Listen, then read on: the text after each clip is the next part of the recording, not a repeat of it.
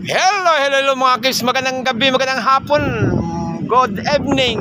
Ito, nandito kami ngayon at abangan namin yung binangga ng container. Ito yung tinatawag na, yung tulay na yan na Francis Scott Key Bridge. Ayan, winasak ng container yan mga kids. Ayan ha, check natin ha. Dahil pangit ang cellphone kaya hindi ganong magandang kuha, pero ito yan, ayan o. Yan. Dito ako sa Monkey Island, pinakatok-tok ng barko, yan yung pinutol nila yan, oh. Yan. Ayan. Asawa ni yun. Yan ha. Ayan yan, oh. Yan, isa-isahin natin. Yan. Asawa ni yun. Ayan yan, oh.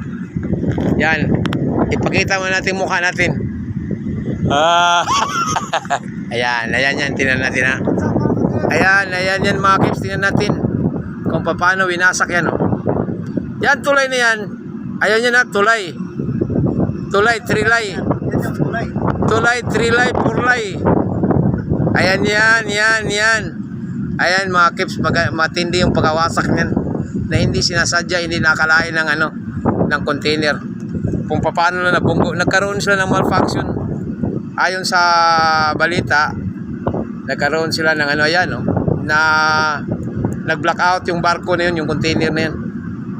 Ayan. What's up mga kapit? Ayan yan. Wala nang putulan to. Bahala na kung mahabang oras. Yan, no.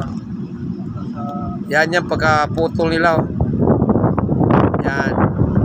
What's up Ayan. mga kapit? Dito na kami sa I-zoom natin konti. Ito yung binunggo nila. Yan, oh. Yan, asawa ni yun.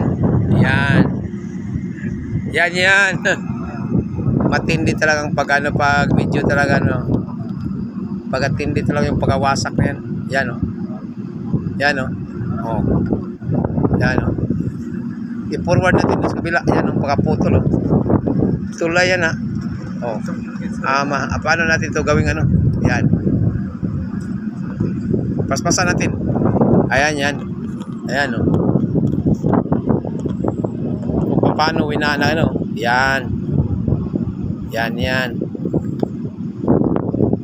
Yan, oh. Matinding pagkawasak talaga, oh.